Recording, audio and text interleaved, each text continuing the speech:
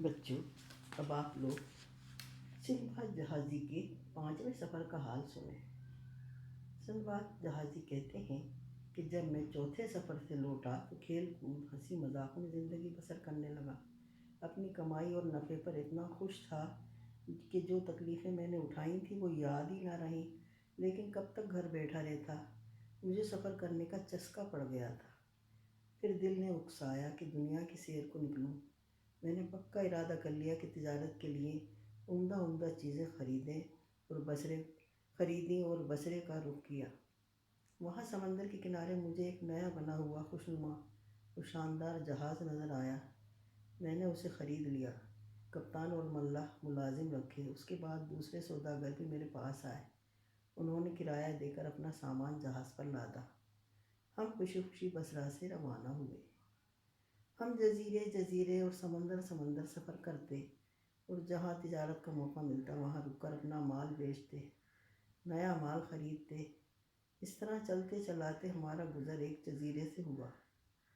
جزیرہ تو خاصا بڑا تھا مگر غیر آباد معلوم ہوتا تھا۔ جہاز پر سوار سوداگر جزیرے کی سیر کو نکل کھڑے ہوئے۔ انہیں ایک سفید گنبد نما چیز ملی، وہ رخ کا انڈا تھا۔ سوداگروں کو پتہ نہ تھا کہ وہ کیا ہے۔ انہوں نے پتھر مار مار کر اسے توڑ ڈالا۔ ٹوٹتے ہی اس میں سے ڈھیروں پانی نکلا اور رخ کا بچہ دکھائی دیا۔ بچے کو انہوں نے کھینچ کر انڈے سے نکالا اور لگے اس کی ٹکا بوٹی کرنے۔ میں جہاز پر تھا، مجھے ان کی اس حرکت کی بالکل خبر نہ تھی۔ اتنے میں میرے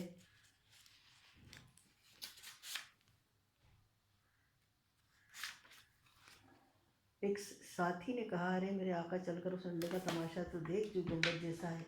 میں نے جا کر دیکھا تو وہ انڈا ٹوٹا پڑا تھا اور سوداگر رخ کے بچے کو کاٹ چکے تھے۔ میں نے کہا، تم نے کیا غضب کیا؟ رخ آ کر ہمارا جہاز تباہ کر دے گا اور ہم سب مارے جائیں گے۔ انہوں نے میری ایک نہ سنی اور بوٹیاں بنانے میں مصروف ہو گئے۔ اچانک دھوپ غائب ہو گئی اور اندھیرا چھانے لگا۔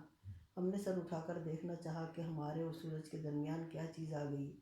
پتہ چلا کہ رخ آ پہنچا ہے اور اندھیرا اس کے بڑے بڑے پروں کی وجہ سے ہوا ہے۔ رخ نے دیکھا کہ اس کا انڈا ٹوٹا پڑا ہے تو بڑے زور سے چیخا۔ اتنی دیر میں اس کی مادہ بھی آ گئی اور دونوں جہاز کے گرد منڈلانے لگے اور چنگھاڑنے لگے۔ میں نے چلا کر کپتان اور ملاحوں سے کہا، فوراً جہاز یہاں سے نکالو ورنہ یہ ہماری زندگی کا آخری دن ثابت ہوگا۔ کپتان نے جلدی سے لنگر اٹھایا اور ہم جزیرے سے دور ہوتے گئے۔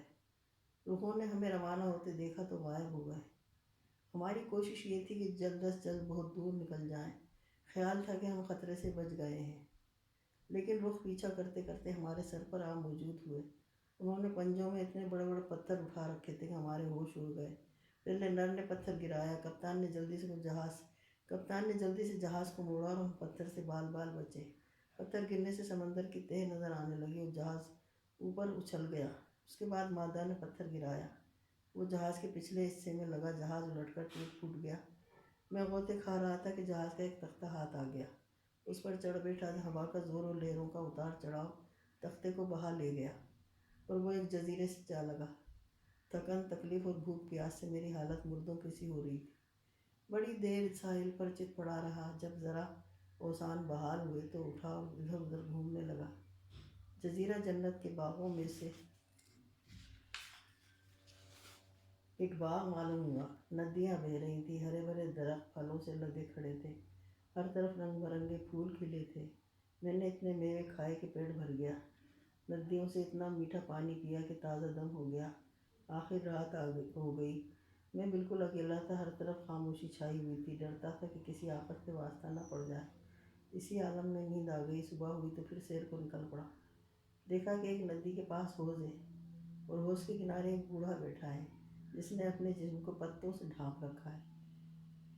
میں نے دل میں کہا، ہو نہ ہو اس بوڑھے آدمی کا جہاز بھی ڈوب گیا ہے، یہ بھی میری طرح بچ کر اس جزیرے پر آ گیا۔ میں نے اس کے پاس جا کر سلام کیا۔ اس نے اشارے سے سلام کا جواب دیا، منہ سے کچھ نہ بولا۔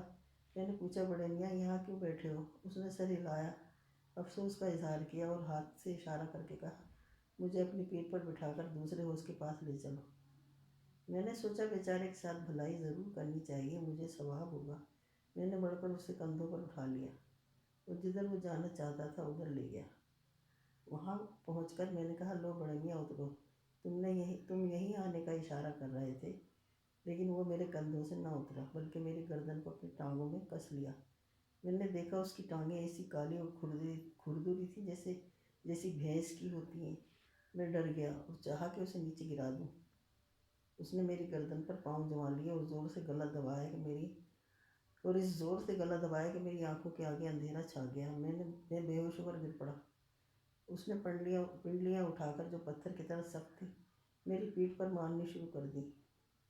مجھے اتنی تکلیف ہوئی کہ میں اٹھ کھڑا ہوا، اسی طرح مجھ پر سوار رہا اور اشارے سے ان درختوں کی طرف جانے کو کہا جو پھلوں سے لدے ہوئے تھے۔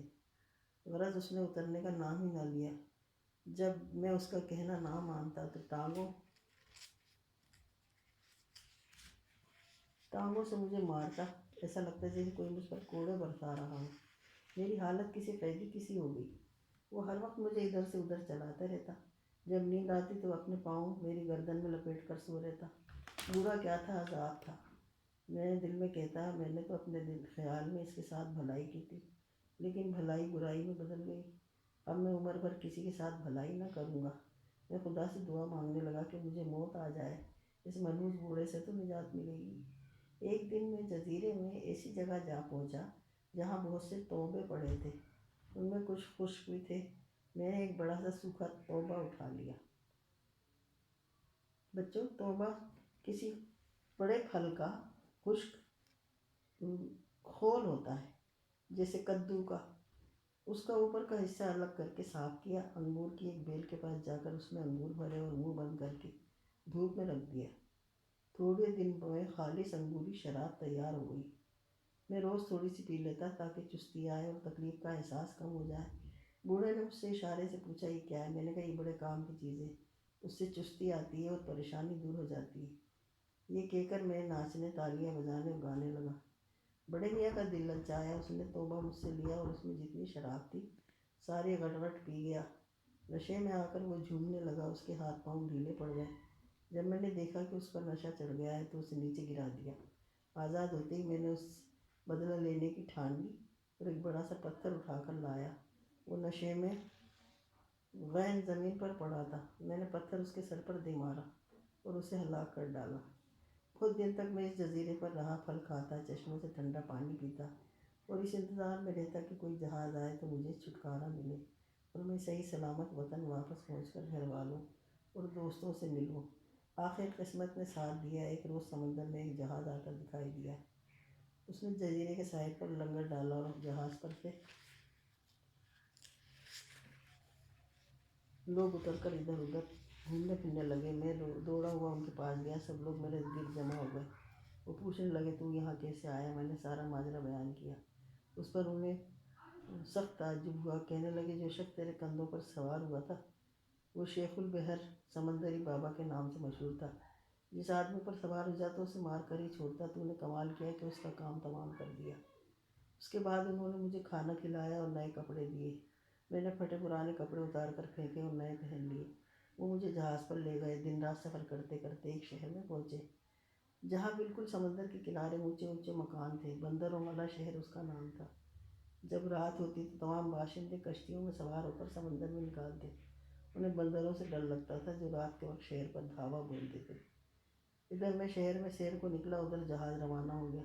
مجھے خبر بھی نہ ہوئی اور اس پریشانی کے عالم میں سر جھکائے بیٹھا تھا کہ شہر کا ایک آدمی میرے پاس آیا اور بولا، اے میرے آقا، معلوم ہوتا ہے تو اس شہر میں نیا آیا ہے۔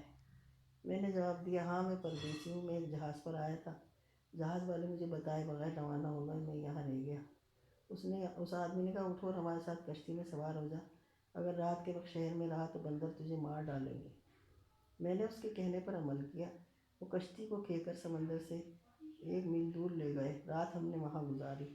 جب صبح کی روشنی پھیلی تو واپس آ گئے اور کشتی سے اتر کر اپنے کام میں مصروف ہوئے۔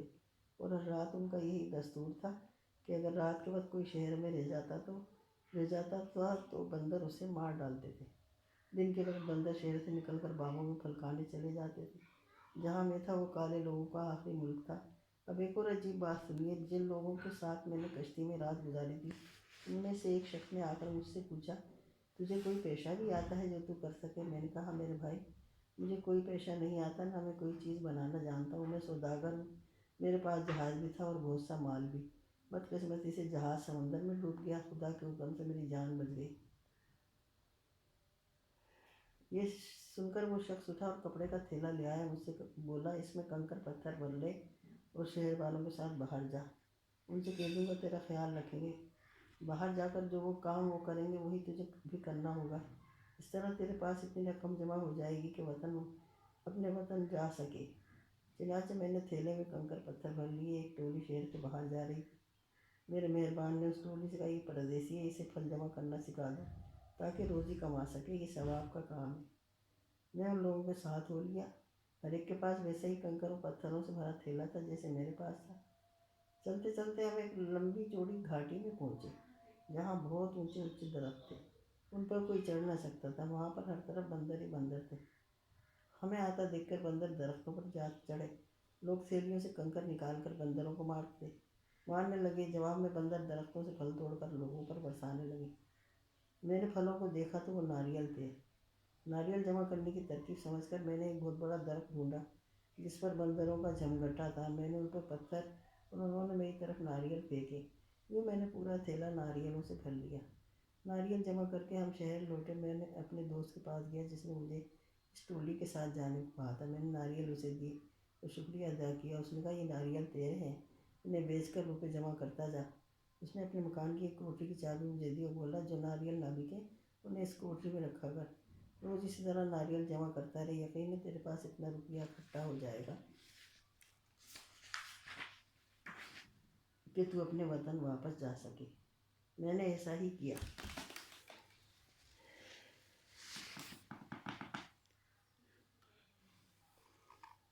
اور روز لوگوں کے ساتھ ناریل بٹورنے نکل جاتا، لوگ میرے ساتھ اچھا سلوک کرتے اور ایک ایسے درخت کی طرف بھیجتے جس پر اچھے اچھے ناریل لگے ہوتے۔